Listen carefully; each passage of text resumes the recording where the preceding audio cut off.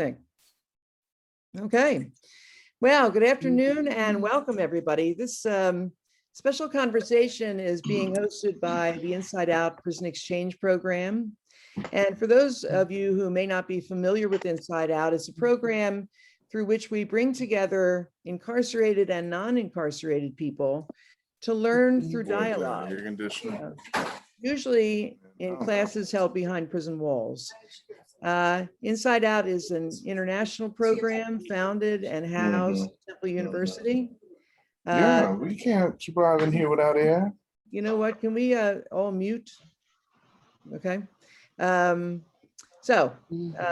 and housed at Temple University, and it's been operating since 1997.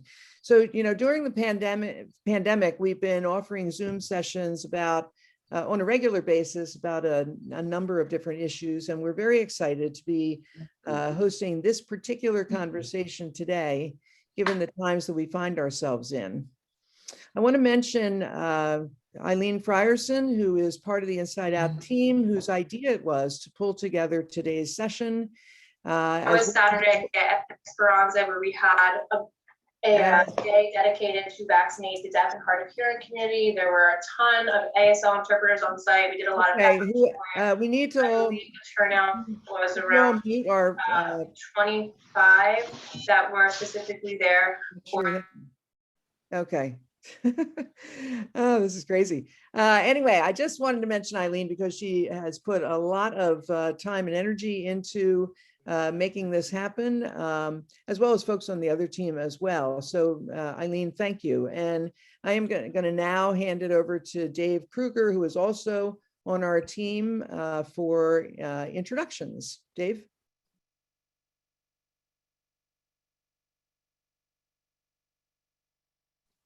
Sorry, I muted myself.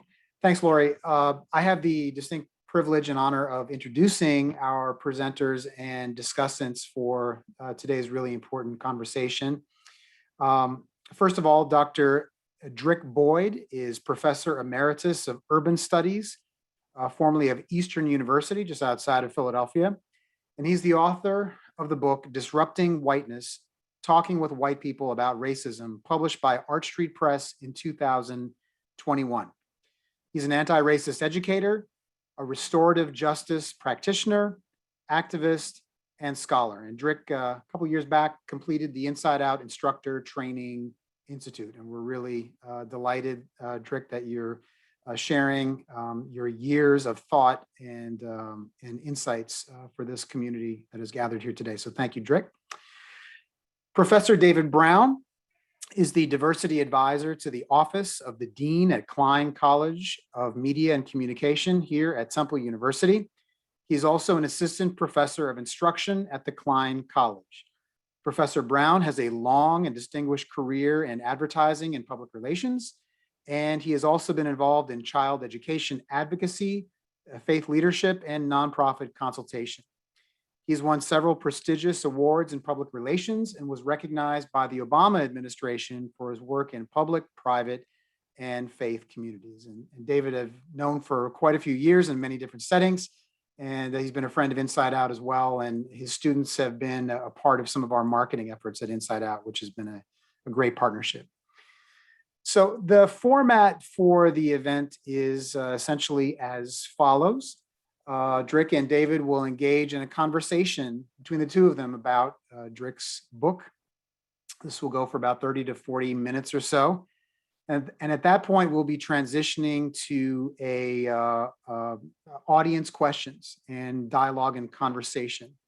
So while they are talking and sharing with one another, we invite you to submit questions that you'd like to propose, questions and comments in the chat. Sage, our media specialist, helping to guide us through the technical aspects of this event, will be posting a link if you wish to offer an anonymous question or comment. So she'll provide that link at some point during our conversation today. So just a part of the ground rules, we just simply ask that you would all mute yourselves for the entirety of the event. We may have some space for people to unmute themselves to participate in dialogue and conversation towards the end of today's event, but just to make sure that our speakers can be heard, we ask that you would mute yourselves during the event. At this point, it's my honor to turn the event over to our two discussants, Dr. Boyd and Professor Brown. So please take it away. Thank you so much. Thanks. Thanks, David. I really want to thank folks from Inside Out, Lori Pompa and Dave Kruger, who, as I said, 2 years ago, I went through their training. And if you haven't gone through the training, it's well worth the experience. And it's an international program now that is really touching lives literally all over the world. I want to thank Eileen Frierson for convincing me to do this event. She just kept after me until I said yes. And also, I have not met Sage until today, but Sage has been, it seems to me, the master behind the scenes, making sure everything happens. So thank you, Sage, for making this a reality. As David said, David and I are going to have a conversation, and I should just say I'm really honored to have David Brown with me today. David and I have known each other for a number of years, and he was very eager and willing to engage in this conversation. And we actually had a conversation about this event about a week ago, and we decided we should have just taped it because we were having such a good time. But we'll try to represent ourselves well. I think what I would like to do is just give you a little bit of a background to how the book came to be, and then we'll take it from there. So we all recall in August of 2017, the events of in Charlottesville in that summer, when members of the alt-right, neo-Nazis, Unite the Right were marching through the University of Virginia campus, and counter-protesters came to counter that event and the message they were trying to convey. And there were clashes, and actually one woman died, Heather Heyer. And it was an event that really shook much of the country. And it certainly shook me. And in the aftermath of that, I had a number of students and friends and coworkers and other folks I knew, white folks, who were saying, I don't know how to talk to my family about it. I don't know how to talk to my coworkers. I don't know how to talk to fellow students. I don't know how to talk to the people in my lives about these issues. And I'd heard the same thing a few years earlier after Ferguson, after Michael Brown was shot. And there was this sort of deafening silence from many white people as to what these events meant and what they were saying about us as a country and as a people. And it just sort of occurred to me that white people don't often know how to talk with each other about racism and about racial issues. And so I started by writing a series of blogs to try and sort of address some of the issues I was seeing at the time, and those blogs eventually became a book. And I finished the original manuscript, the first manuscript, just a couple weeks before George Floyd was killed. And so this book in many ways is framed by those two events. After Floyd was killed, I felt like I had to try and say something about what was going on and the marches that were going on and the calls for change of police and other things. And I began to write, and I realized that this was a movement that was taking off in ways that I could not predict. And so while I did insert some things from those months and related to the emergence again of the Black Lives Matter movement and their message, as well as the death of George Floyd and Breonna Taylor and Ahmaud Arbery. But I realized that this is an ongoing issue. And so I approached this book not as some sort of final word, but as sort of a chance to start a discussion. And in my studies, I was very aware that there were numerous books that were out, numerous authors were talking about basically what was wrong with white people when it came to racism. And I thought, well, okay, we know there's a problem, so what are we going to do about it? And so this book is an attempt to begin a conversation about how do we talk with white people in our social and relational networks about these very important issues. Because in many white settings, and at least in my experience, when the topic of race comes up, people either head for the exits or they get very angry and defensive. And so the the idea is to try and equip folks with some sort of basic ideas about how we can engage folks in our relational networks, in our families, in our workplaces about these issues. Only other thing I'll say by way of introduction is I don't present myself as some sort of expert in this work. In fact, I think of myself as a recovering racist. And what I mean by that is I grew up in the suburbs of Minneapolis, Minnesota, in an upper middle class, all white community. And I was shaped by that community to see the world, to see those who were not white as somehow different and odd and even dangerous. And it was only after I left that community, went to college, and then and really engaged in a lifelong effort to unlearn many things that I learned and relearn and to see the world in a different way. I call myself a recovering racist because at one point in my career, I actually was a chaplain in a drug and alcohol rehab center. And so I learned a lot about the 12-step movement and worked with a number of people who were going through the 12 steps. And one of the things I came to appreciate about the 12-step movement was when a person completes the 12 steps, when they go through that program, they never say they are recovered or cured. They always say they are recovering because they understood that addiction is something that you must work to overcome each and every day. And in the same way, I think in many ways, we who are white, particularly in this country, have become addicted to whiteness, have become addicted to racism. And so it's something that we must continually work on.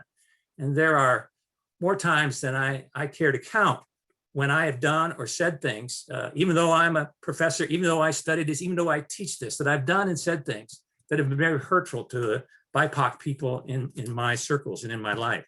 So this is an ongoing work. And what I'm trying to do in this book is simply invite people to come on that journey with me as we try to work at overcoming racism in those places where it's not talked about these days because there's this white solidarity and this white silence so often about racism. And so that's just a little sort of introduction to the book. And I know, David, you've read the book and maybe you have some thoughts too. Yep, absolutely. And Drick, and I appreciate this and thank you. I see the in the chat that folks raising hands and so forth. We're going to have a discussion first. I would urge people, if you do have questions, you can put it in the chat. Our colleague Sage is going to be looking at this and there will be a time we can engage in this conversation together. But Drick and I have known each other for a long time. And when he said that I read the book, yeah, absolutely. I've got it all marked up, which is, I think, a great place to start because, even though Drick and I have known each other for some time, it's kind of recognizing that, even the terminology, and I know that some of the terminology may be new to some folks in terms of like being a recovering racist, but we both kind of recognize that this is an ongoing, lifelong kind of pursuit, right? So one of the things that you'll find even in the book, and I think this is a good place to start, is recognizing that we all have our race story. As a matter of fact, Drick had mentioned before that we had a conversation about a week or so ago, and I was mentioning that there was a great program ABC News did called Soul of a Nation, and as each part of that one segment was, when was the first time you knew that you were, and in this instance, when was the first time you knew you were Black? So it helped to kind of tease out the race story of our own individual stories about race. And the other thing I'll be mentioning, because I want Drick to talk about what your race story, and that is we try to model, Drick and I are both part of this organization called NUCOR, the New Conversational Race and Ethnicity.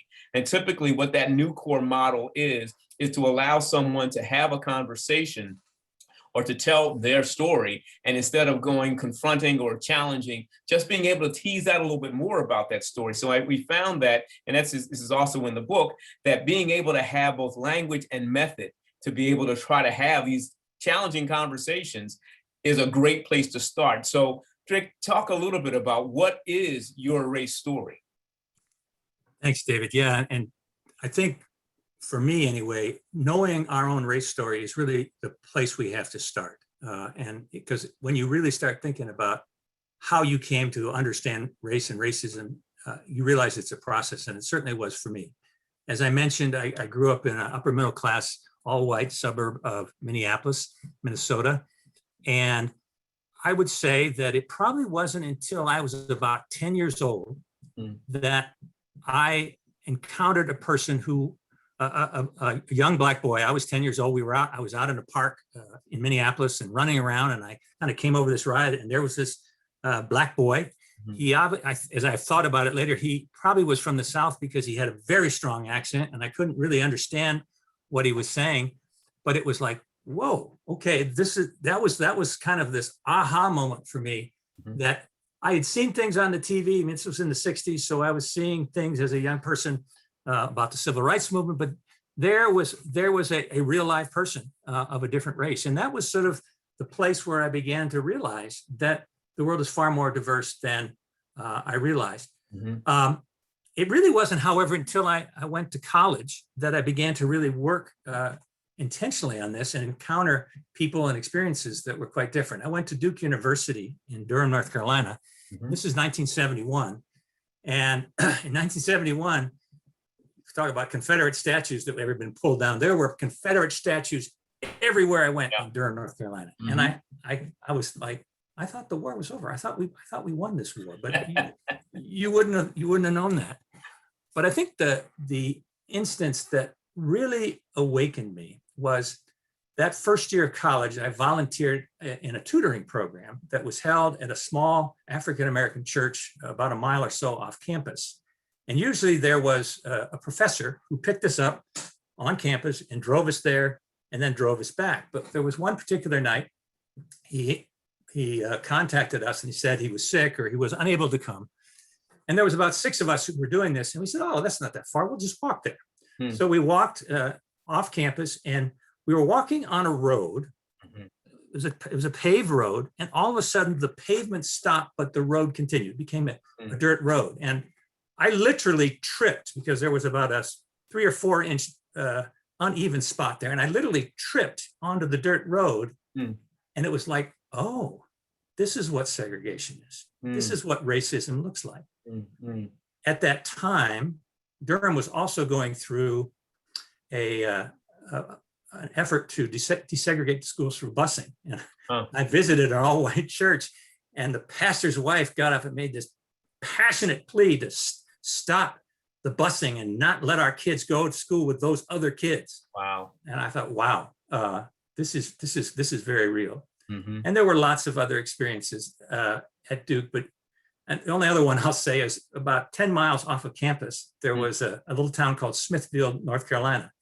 And as you drove into Smithfield, there was a big billboard that said, the KKK of Smithfield welcomes you. Wow. There's an So, oxymoron. My yeah, goodness. so, you know, Mm. there were lots of things like that that sort of opened my eyes to the fact how real racism was. Mhm. And that has followed me the rest of my life. Yeah, and I know that even when you said when you grew up in Minnesota, you thought, well, that doesn't happen here; it happens there. Just weren't as aware of it, and I think it's interesting too. Physically tripping into, which is a visceral reaction. I think the other thing too, though, and you mentioned before about the notion about how the 12-step program philosophy format in addiction, particularly as you talk about being a recovering racist, and that this is something that's ongoing. The other thing too, and you mentioned this in your opening remark about sometimes when we say racist or racism, it has an instant trigger. And I think one of the concepts in the book that you talk about is that racism is a diagnosis, not an accusation, you know, because it becomes a different type of dialogue and conversation when we say that this is systemic racism or that is a racist act, you know, as opposed to objectifying someone and saying that you are a racist. Talk a little bit about that, this notion of racism being a diagnosis as opposed to being an accusation. Yeah, I actually kind of tripped into that one time. I was making a presentation and because people were all uptight about my saying that we were racist and this country was racist and the systems of our society were racist. And I sort of stopped and I said, I'm not saying that you are bad people. I'm saying the system and the culture in which we live has shaped us in such a way that we see and act in the world in ways that are very, very discriminatory, and that sometimes even without our even thinking about it, we participate in racist activities. And so this idea of a diagnosis is that, you know, if I go to a doctor and I've got some sort of pain and the doctor tells me, okay, you know, you've got this cancer or you've got this illness, this condition that we need to treat. Mhm. I look at that as a good thing. But so often with racism, we get very defensive, we get very angry, and we don't realize that what is being said is, there's something in the water, in the system in which we live, and perhaps in our lives that we need to address.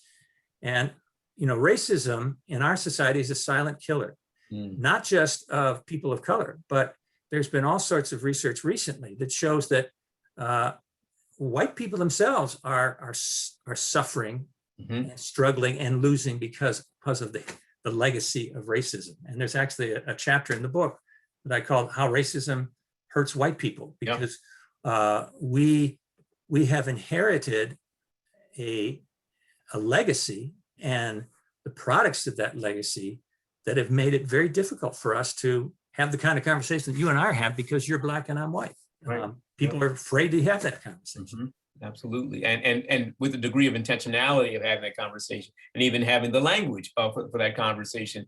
I think one of the things that you also do in the book, that you quote other folks and other people's work, because there's some great stuff that's out there, Right. even Exkendi in particular, about how to be an anti-racist, which is so important. And you and I have even talked about how being anti-racist is a lifelong journey, not a destination. You don't get there and then you stay there. It's something that continues to move forward. And which I think also kind of, how much are you going to be committed to the work? That's both reading, both dialoguing, both in your action and so forth. So talk a little bit about this notion of, that as you write in the book, that being an anti-racist is not a destination, but is a journey. And you and I are men of a certain age, so thankfully and prayerfully, the journey continues as we continue. So talk a little bit about that. Well, I can just simply sort of expand on my own story, in that, there was a period where I took some courses and I was involved in some things, but then, and at one point I thought I'd sort of arrived, that I sort of got this, and I just remember being in a workshop. Actually, a friend of ours, Reverend Donna Jones, was running this workshop. And man, I said something, I didn't even know what it was that I had said that was so insulting, but about 2 or 3 women, African-American women who were there, really laid into me and let me know that what I said was so insulting, so demeaning to them. Wow. And that was one of unfortunately several experiences that I've had where I've had to be really called up short. And as time has gone on, I've realized that those are real gifts. That as painful as they are real gifts. And I think it bears mentioning that this is not easy work, and to commit yourself to an anti-racist lifestyle, an anti-racist way of being in the world, is really in many ways a trial and error process. When I used to teach a course called Race and Ethnic Relations. And I would say to the students, I know you are worried about you're going to say or do something that's going to be just terrible and you're going to feel guilty. And I said, I'm just going to promise you that you're going to do it. And it's okay. You are going to mess up. And the key is not whether you messed up or not, but what did you learn from it? And I think that's been sort of my philosophy and my attitude, is that there's much that I still have to learn. And it's conversations like this, and conversations even more difficult, where I then have to step back and reflect on, okay, what is being said and where do I perhaps need to change? Because it is a journey. And, when I pass away, I hope people said he stayed on the journey, not that he arrived, but he stayed on the journey. Yeah, absolutely.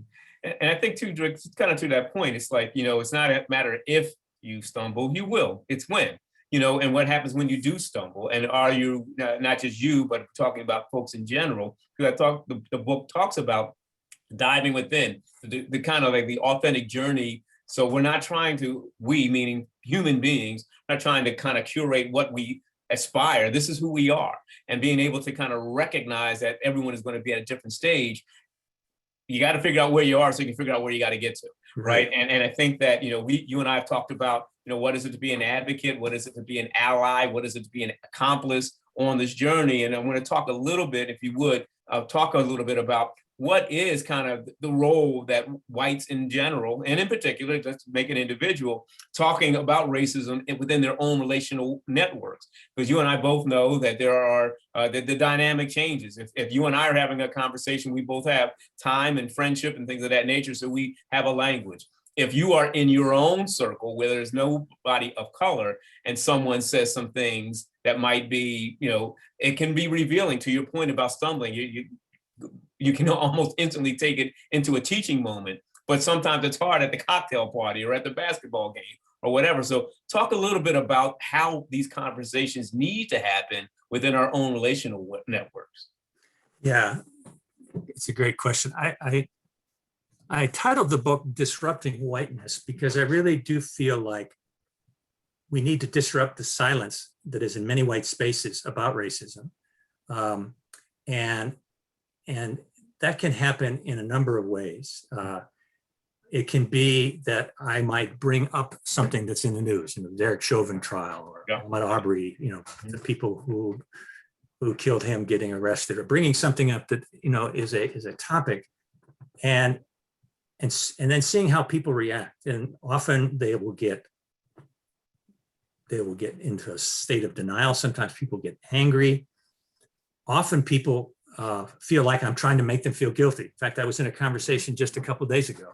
The guy said, "You're just trying to make me feel guilty." And I said, "I have not said anything about you." But that guilt that many whites feel is really a product of the legacy of the racism that we have inherited from our ancestors. And in all those cases and others where people respond that way,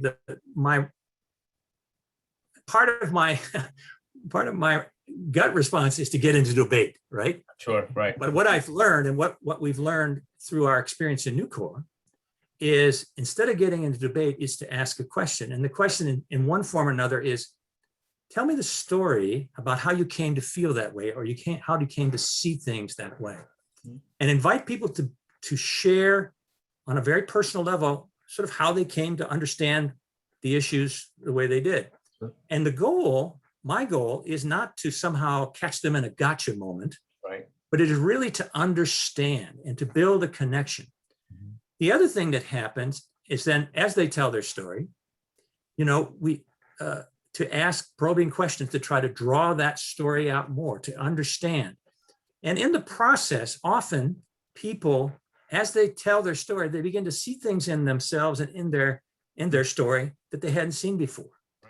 That then can sometimes, not always, can open up a possibility for then me or whoever's doing this to sort of tell their story and to be very honest. I mean, one of the things that I find that's really important is that often when people talk about denial or anger or guilt or color blindness or whatever, I was there at one time too. I did that too. And to be humble enough to say, I was that way. I thought that way, or I responded that way too.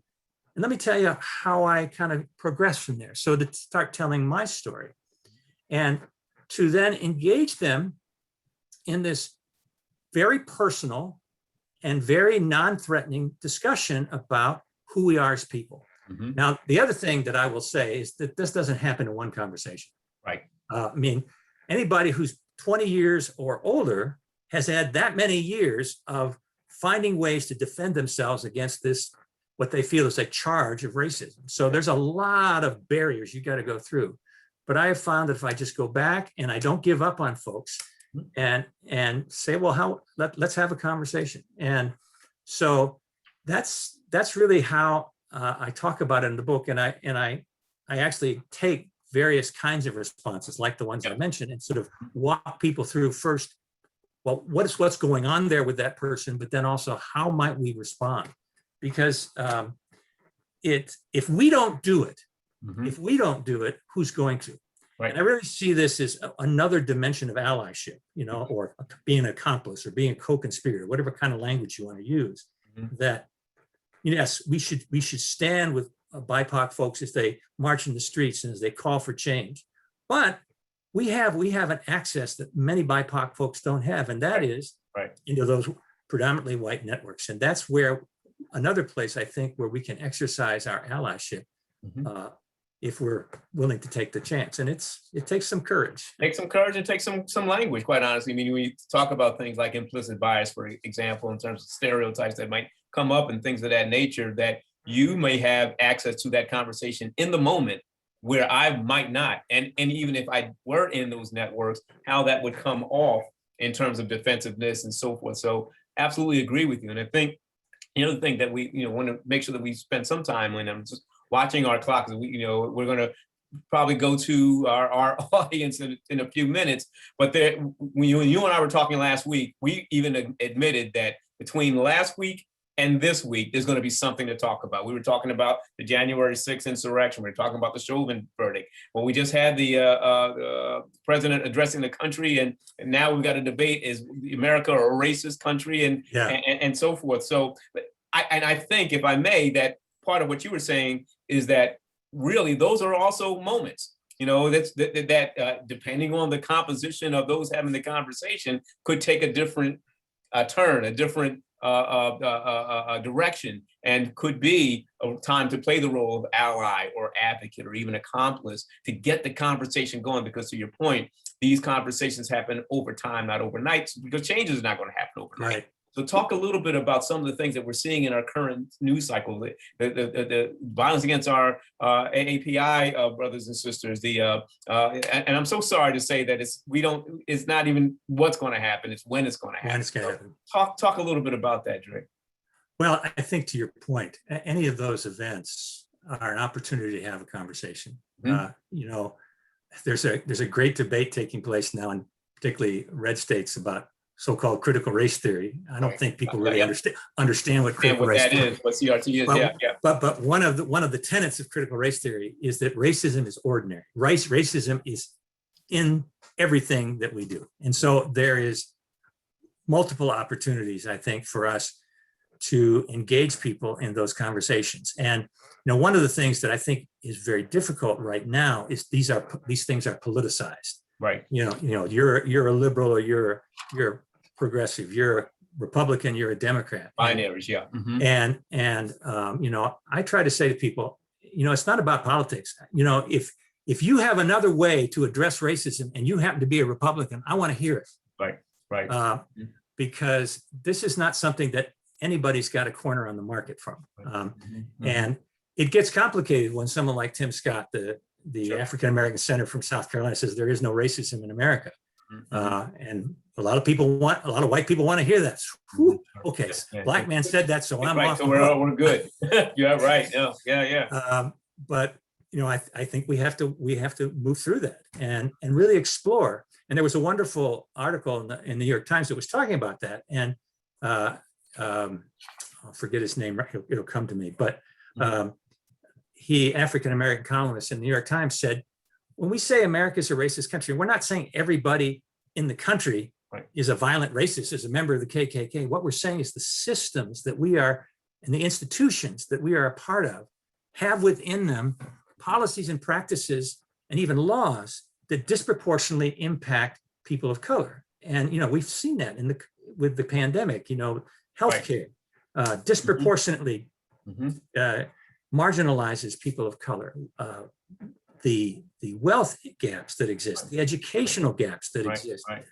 Here in Philadelphia, how our school system is underfunded by the state of Pennsylvania, when just a mile outside the city, everybody has a computer, everybody has a modern classroom. So there's evidence everywhere that in our systems, regardless of what the people in those systems think, that are sifting people out according to their racial identity.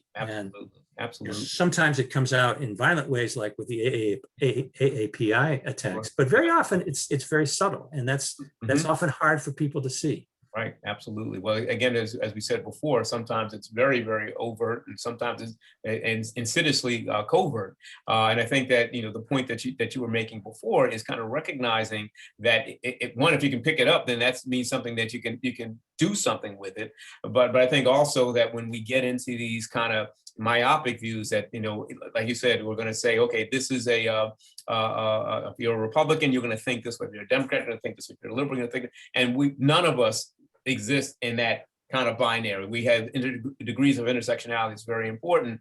But I think also you raise a very good point, particularly as it relates to the complexity of this conversation and the complexity of this topic. You know, if you think about critical race theory as an example and dismiss it, then you can't necessarily get into one, understanding it so you could have a reasonable conversation about it. Or I have found, and I'm sure you have too, the worst time to have a conversation is when you're in a shouting match, because it's like trying to have a dialogue in a hurricane, you know? So being able to try to find those times and ways, and just as you said, and you also mentioned this in the book, about being able to invest in the time, invest in the reading, invest in the dialogues. This is something that becomes honestly a lifestyle. You know, and I would also say, and then I'm just watching our time, and I saw Dave Kruger had mentioned that we could go past 4 o'clock, which is fine with me if it's fine with you, Drick, because I've seen some great things happening in the chat in terms of discussion. So please keep that going.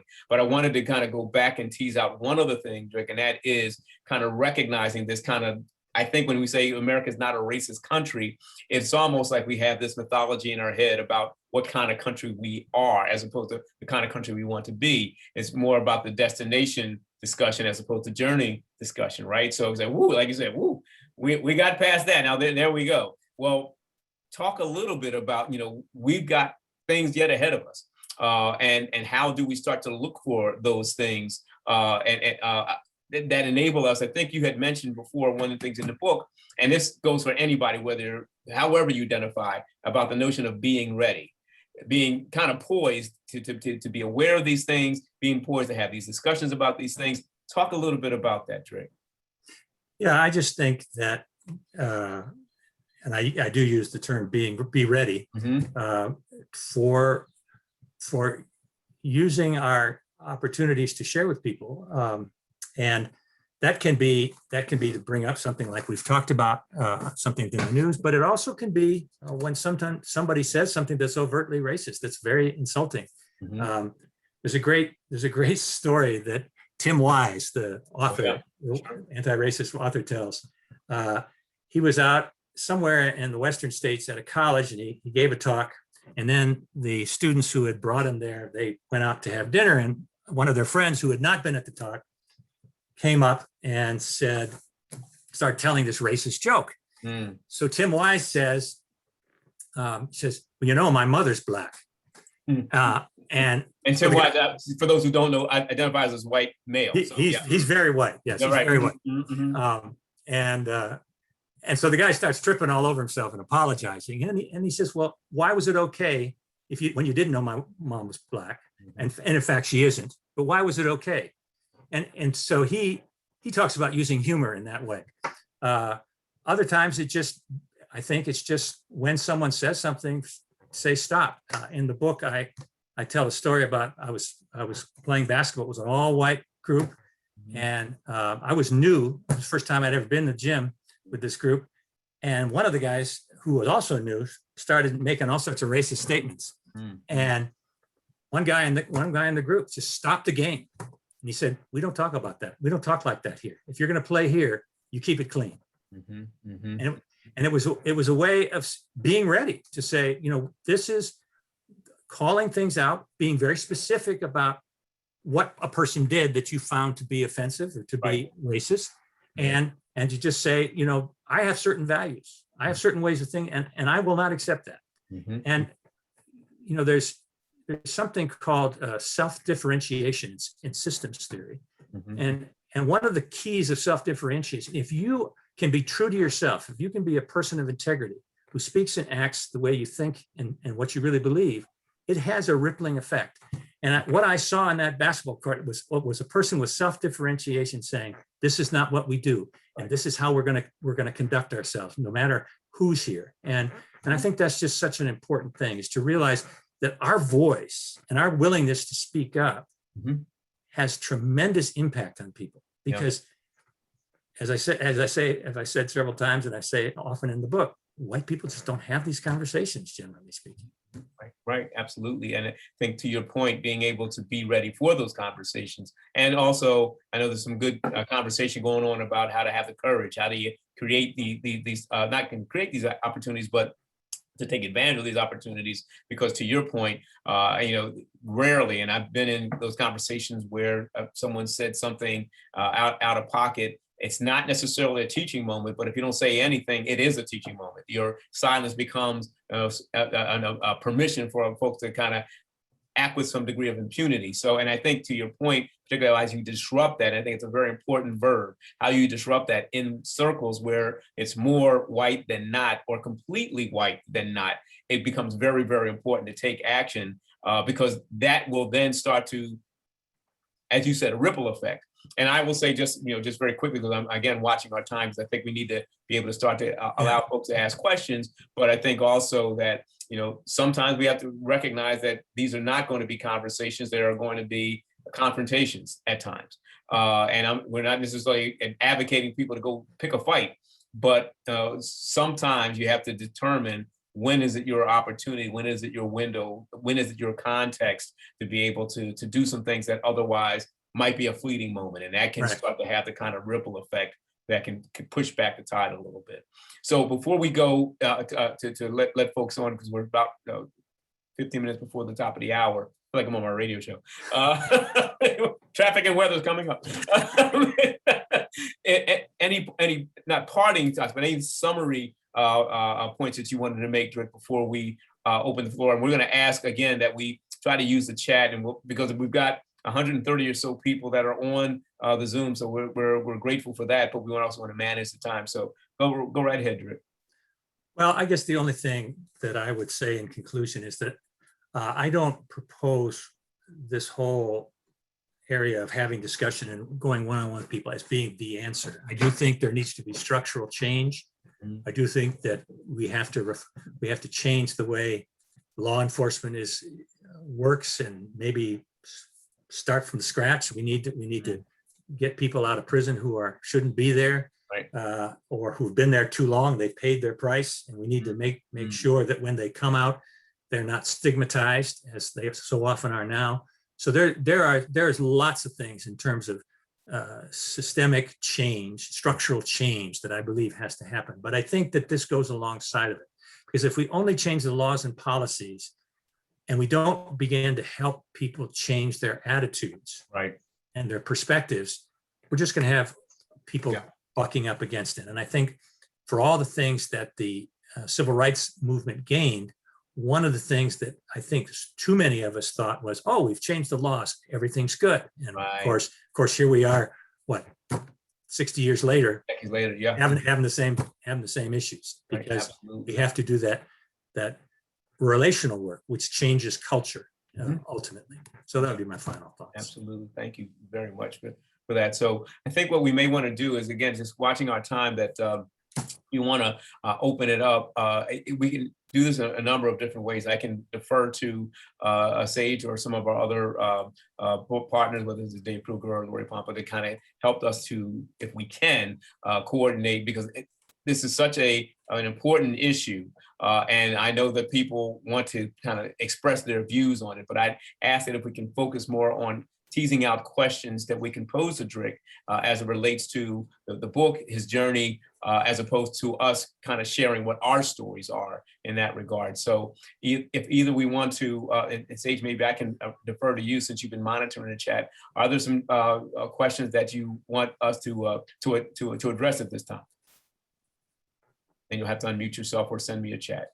So David, I've pulled together some of the questions into one document, and what we can do is I'd like to consolidate all the questions that have been coming through in various different formats. Good. And perhaps we could send a summary of all those questions to all of the participants, and then perhaps there could be a response at some point in the future. But I did pull out a couple, and Sage, Eileen, David, you can feel free to pull on to other questions. But here's one that I think might be a very poignant question to start with.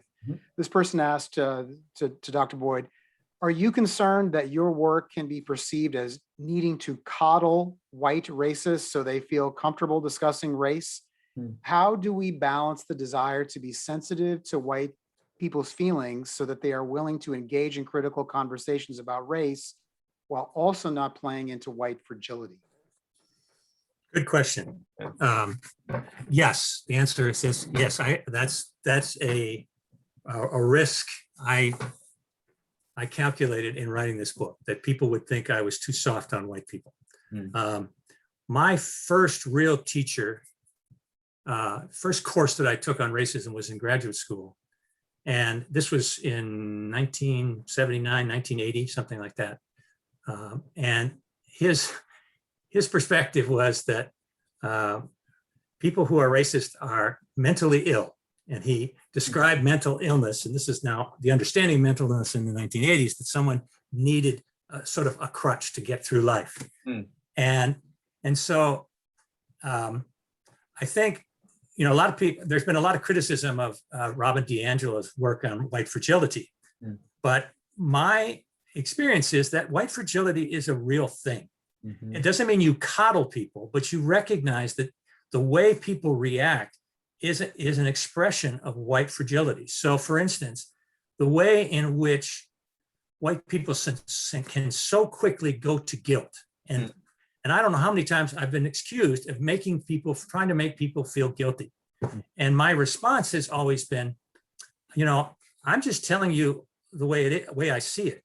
How you respond is not my responsibility, it's yours. But beyond that, I also would often say, we're not necessarily guilty for what happened before we were born. We're not guilty of what our ancestors have done, but we have inherited the outcomes of that, the consequences of that. And we are responsible now because we are aware to do something about it. So I try to help people see that guilt is really an expression of their own fragility. And there's been a lot of work on what's called epigenetic transfer, particularly with regard to racism. Joy DeGroy, who's a scholar at Portland State University in Portland, Oregon, talks about historic trauma being transferred from one generation among African Americans. And what neurologists have found is that when people experience trauma, it actually can change their genetics, their genetic makeup, so it gets passed on from one generation to the next. Well, there's been not as much research, but similar research with regard to white people, that the act of oppressing people, as we did for 300, 400 years in this country, 250 years of slavery, that has had its effect in a kind of reverse trauma on those who did it. And that has been transferred down. And so often I wonder, and this is kind of a speculation on my part, that the sort of instantaneous response of guilt that so many people have may in some ways be an inheritance of trauma that they received from their ancestors who were slavers and who oppressed and who carried that on to them. So that's kind of wide ranging on the question, but I do think that we need to recognize that in many ways, white people are crippled, and we don't have to coddle them, but we do have to help them work through their own disabilities, if you will, with regard to how they deal with racism in their own lives and how they interact with people of different races and ethnicities. Yeah, and Drick, if I may, I know we're about to ask another question, but to your point about being situational about some of this, that like you said, being able to pick the time, pick the place, pick the context, pick the person in terms of how the work that we're committing to doing. And I know that in the chat, there's a lot of information that's been sent forth, and hopefully that might be something that we can do even after, in terms of putting resources that people need to plug into, whether it's articles that we're seeing, and certainly books that are out there. But I think also kind of the point you were making is that you meaning all of us as human folk, have to find ways to how then can we continue to move forward? Because if we don't, I think even this conversation that was now in part of a national conversation about critical race theory and teaching in schools and so forth, this is something that once we learn more about it, the topics, the complexity and so forth, that we can engage in the conversation around it.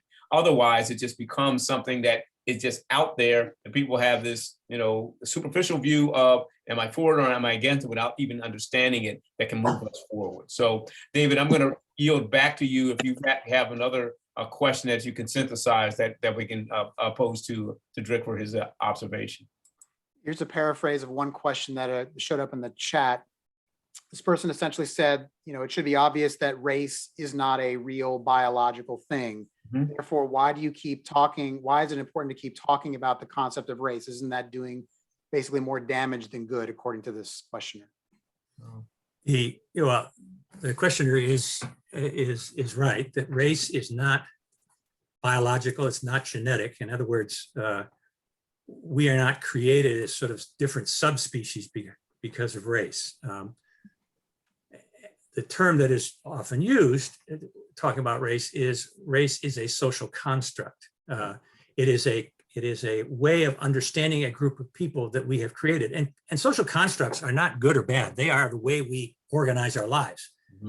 Many of us perhaps on this call are Philadelphia Eagles fans, right?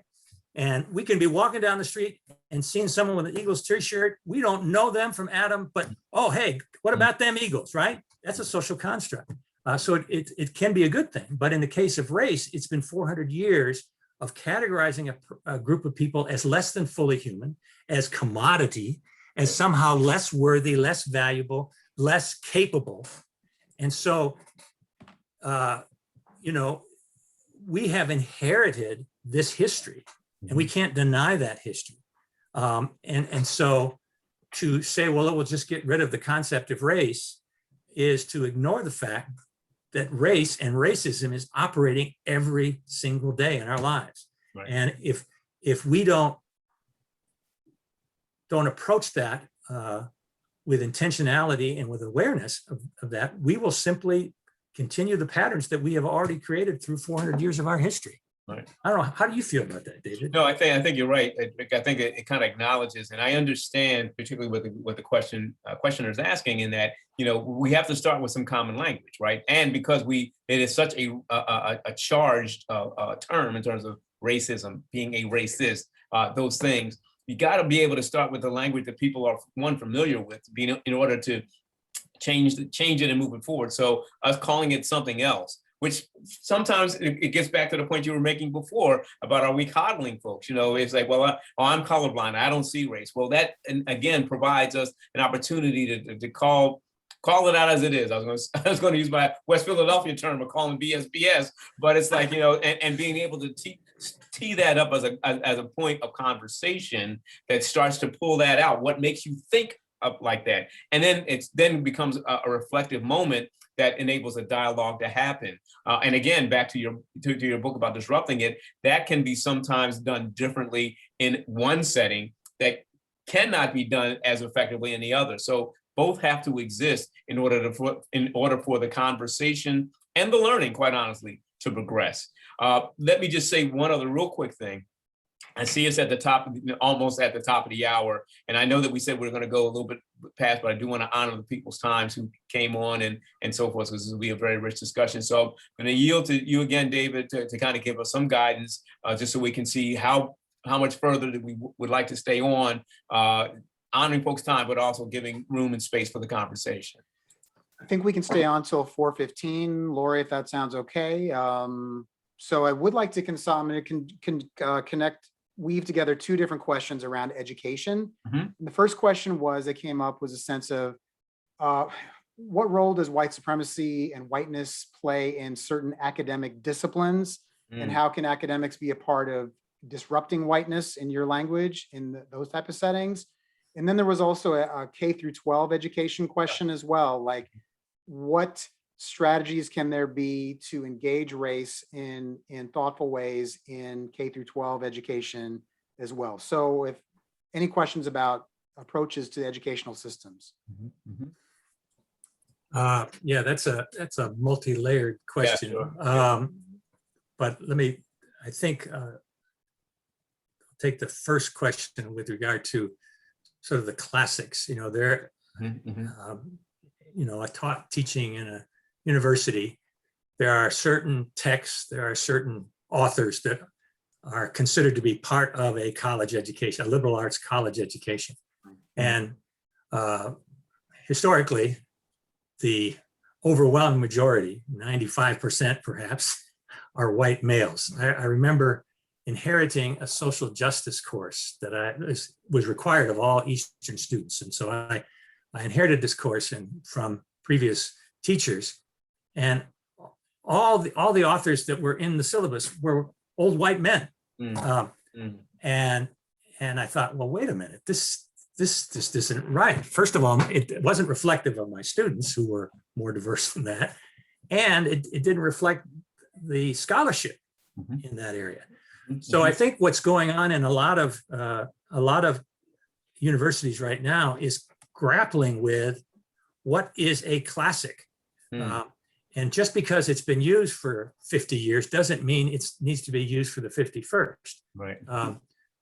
I had a student, somewhat older student, African American, who went to Eastern, and she wanted to be an English major, and she was in a literature course, and some reference was made to a Shakespeare play or something, which she had never read. In her education, she'd never been exposed to Shakespeare.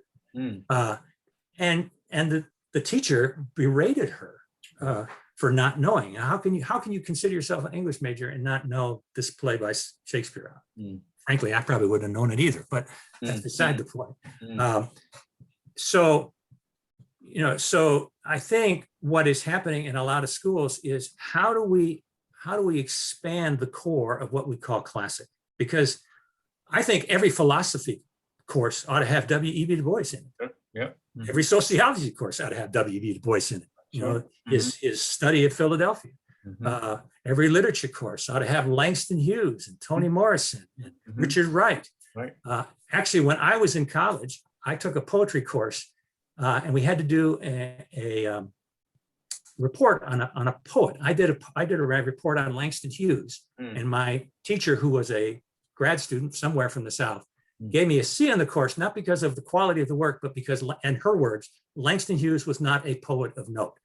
Wow. Well, those attitudes are built into our core. If you've Langston Hughes is a major figure in American literature. So I think there is this struggle going on. Doesn't mean that, John Locke or David Hume or whoever, or William Faulkner shouldn't be read. But there needs to be a broadening, and whether you're talking about literature, whether you're talking about history, whatever. If I may, because I want to get to that second part of that question, Drick, but to your other point about the academic, and we're in that arena now, and that looking at, like, as you said, there's not enough research scholars that are out there that are, even you had shared with me that, when you were writing your book, finding the right press that would write the book, right? And I think that if we look at academia in terms of how many of our folks within colleges, universities are tenured, how many folks are sitting on the academic scholarship in terms of publications, who's getting what, who's affirming what voices and so forth. Even critical race theory, as an example, had to fight its way into how it has influenced that notion. So let's bridge from that into the other part in terms of the K-12, which, again, right at your point, if, for example, and what I've been seeing in terms of the back and forth between should we be teaching, whether it's critical race theory or redefining history and so forth, it seems to be that a resistance to telling the fullest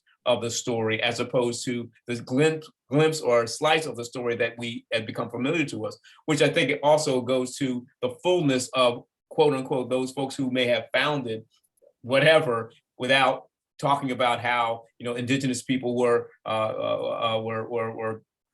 just decimated by and telling the fullness of the history. I heard something in this comment today about all this thing will do in terms of how we tell the fullness of the story will cause division and anger and hate between. So, well, maybe not necessarily if we are, again, affirming the Langston Hughes as part of the canon of American literature, along with a William Shakespeare, because both have different influences. So talk a little bit about that in terms of the disruptive nature that we can see in the K-12, because that's where it can start early with how we are educating our children.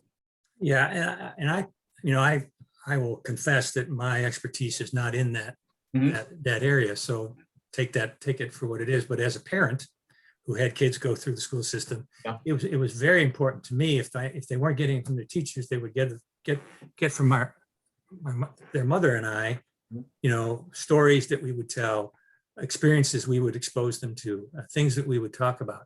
I think if parents were a little less anxious about this, the kids Yeah. will do fine. Yeah. People have been sending me articles about schools that are trying to, revise their curriculum to include some of the kinds of things we're talking about. And it's the parents who are all uptight. Right. The Yeah. kids are Yeah, like, yeah. yeah, okay, this is fine because I don't know any better. Right. Yeah. So I think, the excuse that there just aren't enough authors of color, or there aren't enough Hispanic authors, not enough women authors, not enough LGBT, their authors are of all stripes and sizes that we can draw on for reading purposes. And I think just exposing people and talking about the issues. I think the other thing that often happens with children is we think they're somehow too fragile. And yet more and more I'm seeing in education circles that kids are able to deal with some pretty heavy stuff. Yeah. And we've seen even through the pandemic, some of these young people doing amazing things to help other people. We underestimate what our kids can handle. It's us often as adults who are a little fragile at that point. Absolutely. And I would say also that, to your point about our responsibility as parents, I'm grateful to be a parent of two grown young adult daughters, but looking at sometimes how systems work, that you're only going to talk about Black History Month in February, or Women's History Month in March, and so forth. All these are part of our collective history, because Black history is history, as is every other. And to your point, we tend to put them in the silos, or keep them in the silos, and then tune out when it's trying to figure out what are the bridges that tell the complete story. So I'm going to yield again to David Kruger. If you've got a question, again, watching our time, even our extended time, and I appreciate folks are still hanging on with this important discussion. Go ahead, David. I'll take a crack at this one. This is just a kind of a real pointed, direct conversation. Why is it so difficult for many of us white people to understand racism in terms of systems and structures and not just interpersonal? Yeah, good question. Well, I think part of American culture, particularly white American culture, is very individualistic. And so we do tend to see things in interpersonal terms. And we don't have a very sophisticated, as a culture, we don't have a very sophisticated understanding of how all those individual perspectives can create a sort of institutional thrust. And whereas by necessity, as a matter of survival, those groups of people in our society who are marginalized, who are discriminated against, they have had to kind of understand themselves, not just as individuals, but as people who are part of a group. Mm-hmm. So why do Black parents have the talk with their kids when they're 9, 10 years old? And it's not about sex. It's about how to behave when you get stopped by the police, and not if you get stopped by the police, but when you get stopped by the police. That's something that came because of the experience of so many African Americans in this culture. And so whites don't have that experience. I have been stopped by Philadelphia police, I believe, 4 times in my time here. All 4 times I was guilty of whatever they thought I had done.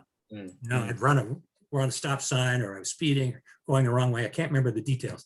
Not once did I have to get out of the car. Not once did I get frisked. And not once did I even get a ticket. Now, if I had been David, right. I would have had a very different experience. Absolutely. And as a result, people of color have come to understand themselves more fully as a group, whereas whites, we have had sort of the blinders on. That's all about me and what I can do and what I say and how I achieve, without realizing that there's a whole system that gives us an advantage. I mean, that's what we call white privilege. There was I think it was Barry Switzer, the football coach, said some people are born on third base and they thought they hit a triple, and that's great. That's great and true. Absolutely.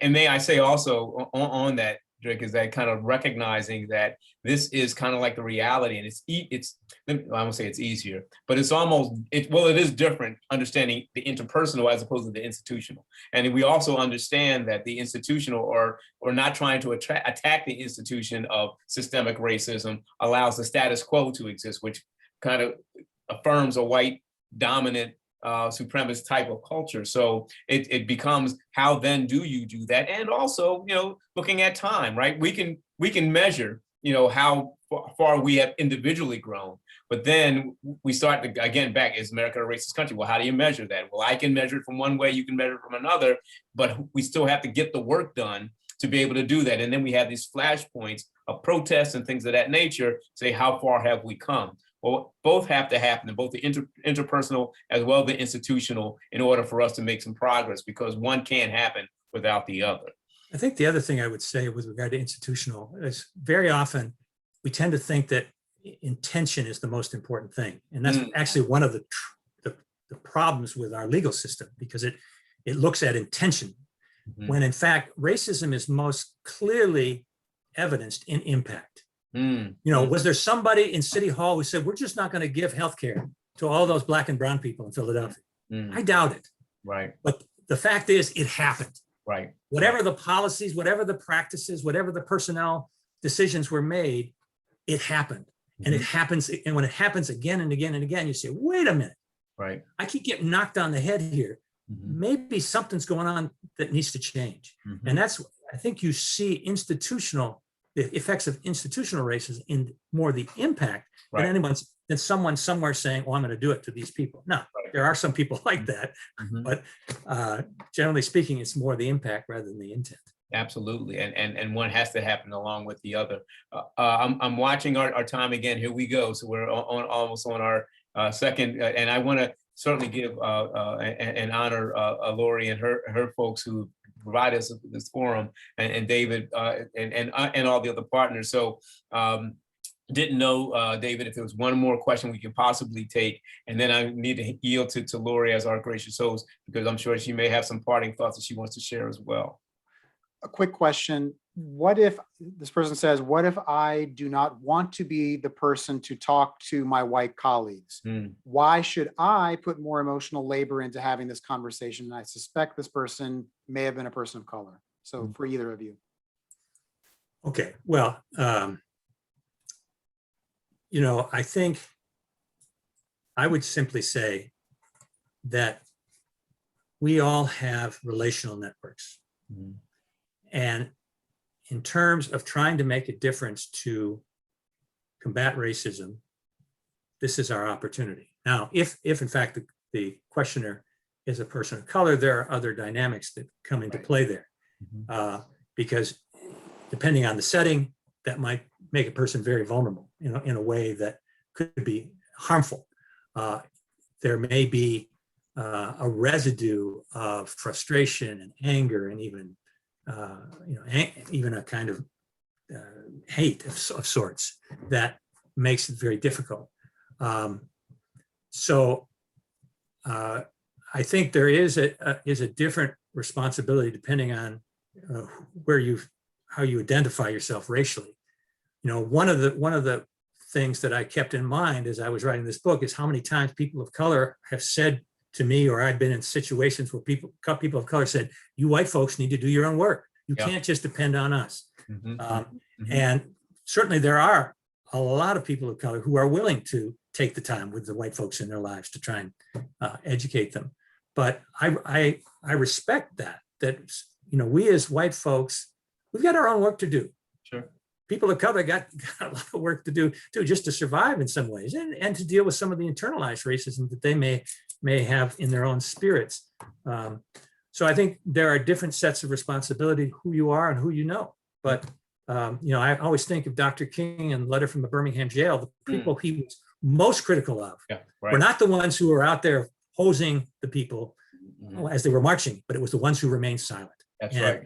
And I don't think we have the luxury, especially as white people, in this time, in this place, in this era of our history, to remain silent. Right, absolutely. I think the paraphrasing quote is not about the action of our enemies, as Dr. King said, it's the silence of our friends.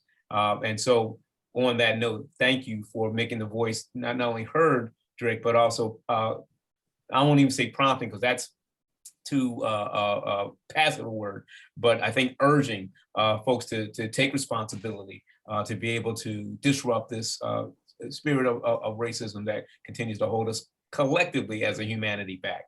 So and thank you for the opportunity for allowing me to have this conversation. And thank you for being here. David Brown is a hero of mine, so it was really great to have him be here. I that in itself made the whole thing worth it. And thank you all who took the time to be here to engage in this discussion, because it is an important discussion, and the fact that you're here is very affirming. Absolutely. Thank you, Laurie and David, too. Yeah, thank you, Laurie and David. Absolutely. And thank both of you so much. I mean, you really have given us a tremendous amount to think about. I'm hoping that people will, that we'll all avail ourselves of getting your book and digging into it, and digging into these issues with our friends and colleagues more than we have in the past. So thank you all for coming. Let's keep doing good things. Take care. Thank you. Be safe and be kind. All right. Take care. Thanks, Drick. Thanks.